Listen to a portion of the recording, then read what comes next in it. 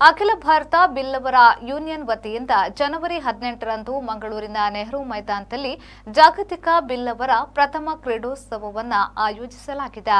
ಮಂಗಳೂರಿನ ಪ್ರೆಸ್ ಕ್ಲಬ್ನಲ್ಲಿ ಸುದ್ದಿಗೋಷ್ಠಿ ನಡೆಸಿ ಮಾತನಾಡಿದ ಯೂನಿಯನ್ ಅಧ್ಯಕ್ಷ ನವೀನ್ ಚಂದ್ರ ಸುವರ್ಣ ಅವರು, ಈಗಾಗಲೇ ಬಿಲ್ಲವ ಸಂಘಗಳ ಪ್ರತಿನಿಧಿಗಳ ಸಮಾಜ ಮುಖಂಡರ ಸಭೆ ನಡೆದಿದೆ. ಕ್ರೀಡೋತ್ಸವದ ಲೋಗೋ ಬಿಡುಗಡೆಯನ್ನ ಈಗಾಗಲೇ ಖ್ಯಾತ ನಟ ಡಾ ಶಿವರಾಜ್ ಕುಮಾರ್ ಬೆಂಗಳೂರಿನಲ್ಲಿ ನಡೆಸಿದ್ದಾರೆ. ಕ್ರೀಡೋತ್ಸವದಲ್ಲಿ ಸಮಾಜದ ಪುರುಷರಿಗೆ ಕಬಡ್ಡಿ ಮತ್ತು ವಾಲಿಬಾಲ್, ಮಹಿಳೆಯರಿಗೆ ಕಬಡ್ಡಿ ಮತ್ತು ಥ್ರೋಬಾಲ್ ಪಂದ್ಯಾಟ ನಡೆಯಲಿದೆ. ಭಾಗವಹಿಸುವ ತಂಡಗಳು ಹೆಸರನ್ನ ಅಕ್ಟೋಬರ್ 27ರಿಂದ ನವೆಂಬರ್ 30ರ ಒಳಗೆ ಆನ್ಲೈನ್ನಲ್ಲಿ ನಿಯಮ ನಿಬಂಧನೆಗೆ ಅನುಸಾರವಾಗಿ ನೋಂದಾಯಿಸಬೇಕು. ಪುರುಷರ ಕಬಡ್ಡಿಯಲ್ಲಿ ಮೊದಲು ನೋಂದಾಯಿಸಿದ 24, ವಾಲಿಬಾಲ್ 16, ಮಹಿಳೆಯರ ಕಬಡ್ಡಿ ಹಾಗೂ ಥ್ರೋಬಾಲ್ನಲ್ಲಿ ತಲಾ 16 ತಂಡಗಳಿಗೆ ಭಾಗವಹಿಸಲು ಅವಕಾಶವಿದೆ. ವಿಜೇತ ತಂಡಗಳಿಗೆ ಪುರುಷರ ಕಬಡ್ಡಿಯಲ್ಲಿ ಟ್ರೋಫಿಯೊಂದಿಗೆ ಪ್ರಥಮ 2 ಲಕ್ಷ ರೂಪಾಯಿ, ದ್ವಿತೀಯ 1 ಲಕ್ಷ ರೂಪಾಯಿ, ತೃತೀಯ 50,000 ರೂಪಾಯಿ, ಚತುರ್ಥ 25,000 ರೂಪಾಯಿ ನಗದು ಬಹುಮಾನವಿರಲಿದೆ. ಮಹಿಳಾ ಕಬಡ್ಡಿ, ಥ್ರೋಬಾಲ್ ಮತ್ತು ಪುರುಷರ ವಾಲಿಬಾಲ್ಗೆ ಪ್ರಥಮ ತಲಾ 1 ಲಕ್ಷ ರೂಪಾಯಿ, ದ್ವಿತೀಯ 50,000, ತೃತೀಯ 25,000 ರೂಪಾಯಿ ಮತ್ತು ಚತುರ್ಥ 10,000 ರೂಪಾಯಿ ನಗದು ಬಹುಮಾನವಿದೆ ಎಂದು ಹೇಳಿದರು.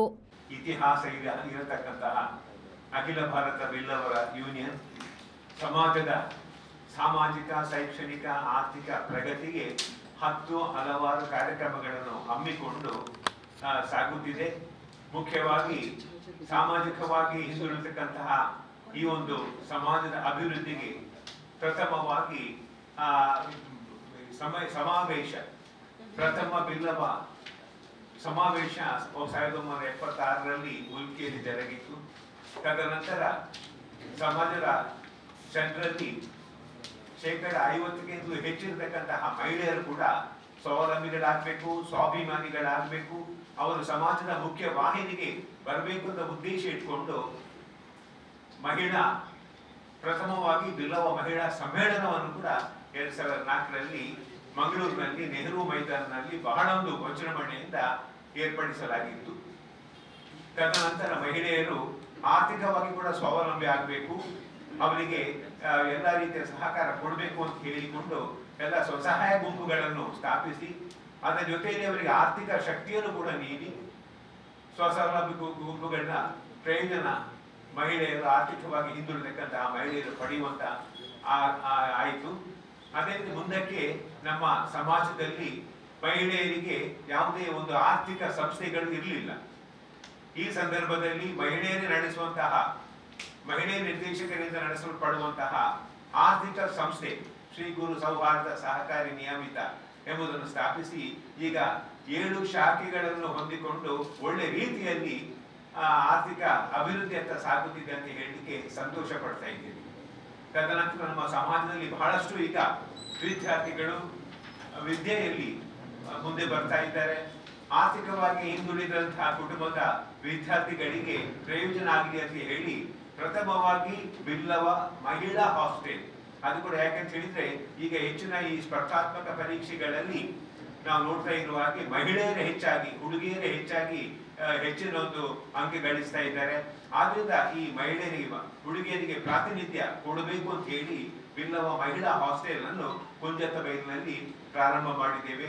ಇಲ್ಲಿ ಸುಮಾರು 100 ವಿದ್ಯಾರ್ಥಿನಿಯರಿಗೆ ಉಳ್ಕೊಳ್ಳಿಕ್ಕೆ ಅವಕಾಶ ಇದೆ. ಒಳ್ಳೆ ರೀತಿಯಲ್ಲಿ ಈಗ ಈ ಹಾಸ್ಟೆಲ್ ನಡೀತಾ ಇದೆ ಅಂತ ಹೇಳ್ತಾ ಇದ್ದೇನೆ, ಹೇಳಿಗೆ ಸಂತೋಷ ಪಡ್ತಾ ಇದ್ದೇನೆ.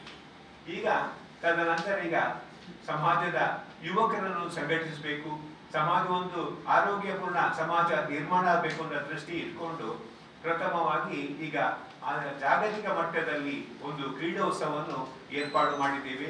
ಮುಂದೆ ಬರುವ ಜನವರಿ 18 ತಾರೀಕಿನ ದೇಶ ವಿದೇಶಗಳಿಂದ ಈ ಕ್ರೀಡೋತ್ಸವದಲ್ಲಿ ಪಾಲ್ಗೊಳ್ಳಲಿಕ್ಕೆ ನಮ್ಮ ಸಮಾಜದವರೆಲ್ಲ ಉತ್ಸಾಹ ತೋರಿದ್ದಾರೆ. ಇದರಲ್ಲಿ ಕಬಡ್ಡಿ, ಪುರುಷರಿಗೆ ಕಬಡ್ಡಿ ಮತ್ತೆ ವಾಲಿಬಾಲ್ ಪಂದ್ಯಾಟಗಳಿವೆ. ಅದೇ ರೀತಿ ಮಹಿಳೆಯರಿಗೆ ಕಬಡ್ಡಿ ಹಾಗೂ ಥ್ರೋಬಾಲ್ ಪಂದ್ಯಾಟ. ಸುದ್ದಿಗೋಷ್ಠಿಯಲ್ಲಿ ಯೂನಿಯನ್ನ ಉಪಾಧ್ಯಕ್ಷರಾದ ಲೋಕನಾಥ್ ತಾಮೀನ್, ಕೆಟಿ ಸುವರ್ಣ, ಪ್ರಧಾನ ಕಾರ್ಯದರ್ಶಿ ಜೀವನ್ ಕುಮಾರ್ ತೊಕ್ಕೊಟ್ಟು, ಕ್ರೀಡಾ ಪ್ರಧಾನ ಸಂಚಾಲಕ ಸದಾನಂದ ಪೂಜಾರಿ, ಕ್ರೀಡಾ ಕೋಶಾಧಿಕಾರಿ ಜಯಪ್ರಕಾಶ್, ಮಹಿಳಾ ಸಂಘದ ಅಧ್ಯಕ್ಷೆ ಸುಮಲತಾ ಎನ್ ಸುವರ್ಣ ಉಪಸ್ಥಿತರಿದ್ದರು. ಶರಸಾಲ್ಯನ್, ವಿ4 ನ್ಯೂಸ್, ಮಂಗಳೂರು.